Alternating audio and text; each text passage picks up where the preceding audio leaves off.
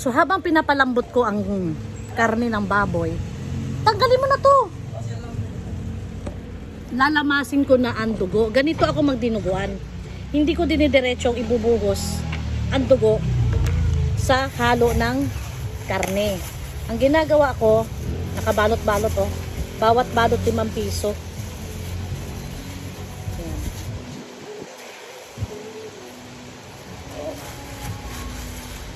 Isa-isahin ko. So bumili ako ng 5 balot.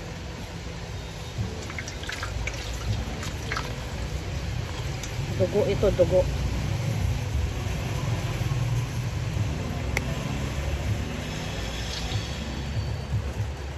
Yan. Sabi ko sa suki ko, gusto ko yung may laman-laman. Ayan. Binigyan niya ako ng buo-buo. Kasi malapot kasi pagka malaman-laman. Jawab! Halika nga!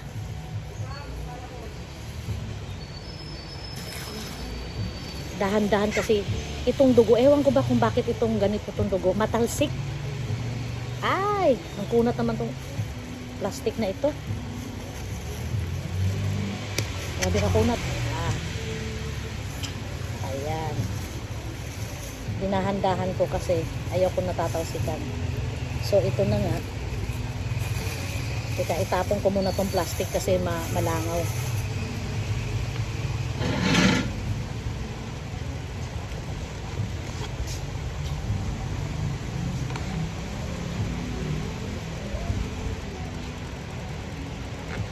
So itong mga buo-buo, pipigain ko. Ayan oh. Ayan. Pipigain ko para pagka niluto, pagka nilagay doon sa baboy, hindi sa mamumuo. Ayan. Ayan ang laki oh. Ayan. Ganito ang gusto ko sa dugo. Yung may buo-buo. Ayoko yung walang buo kasi tubig lang yan eh. May halong tubig din to kasi eh. Kaya mas masarap to, mas malapot ang ating dinuguan. Ayan.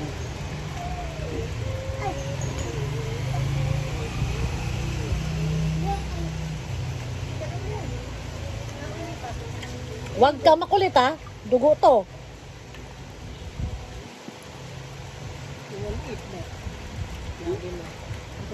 Matatapon. Sik, dito ka nga muna, maghugas lang ako ng kamay.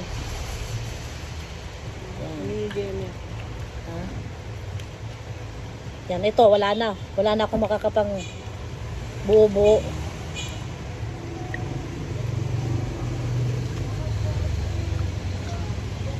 Yan.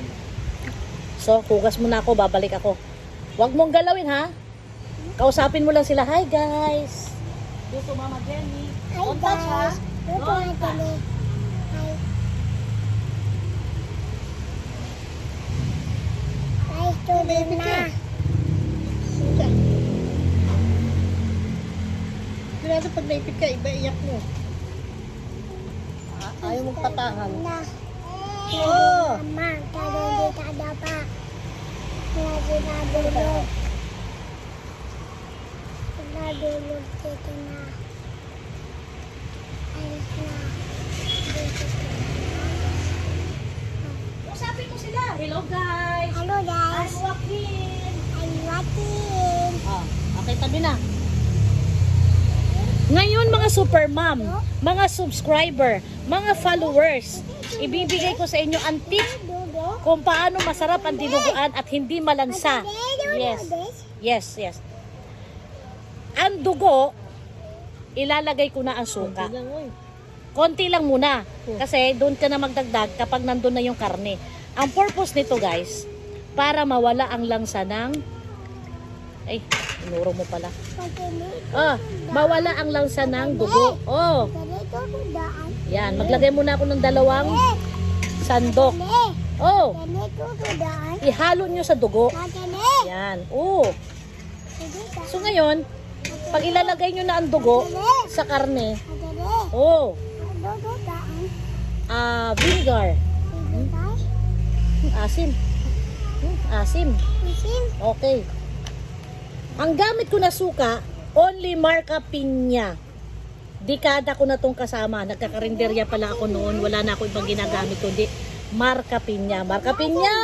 Maring Piña! Baka naman Maring Piña. Ayan. Ito yung technique ko magluto ng dinuguan. Ayan. Hinahalo ko na ang suka sa dugo. Para, yes, Pati asin yan. maasim. Maasim yan. Para nang sa ganon, hilaw pa lang ang dugo, nababawasan na ang lansa. So pag nilagay mo na itong dugo sa karne at niluluto na, nakapoy ang dugo, mas lalong walang lansa at mas malapot ang ating dugo. Yan. So tip ko sa inyo yan ha. Ilagay nyo na ang suka sa dugo. Yung typical na ginagawa natin, di ba? Yung iba, Ay, dali. pagbuhos ng dugo, Dali. saka maglagay ng suka. Napapansin nyo, pangit yung texture ng dinuguan. Isim. Oh, hindi siya malapot, yung parang namumumo. Kasi ito, napag-aralan ko to nung nagkikarinderya ako kasi almost 15 years ako nagkarinderya. So ito yung na-discover ko na mas maganda, ihalo na ang suka sa dugo bago mo ibuhos sa karne na ginisa mo.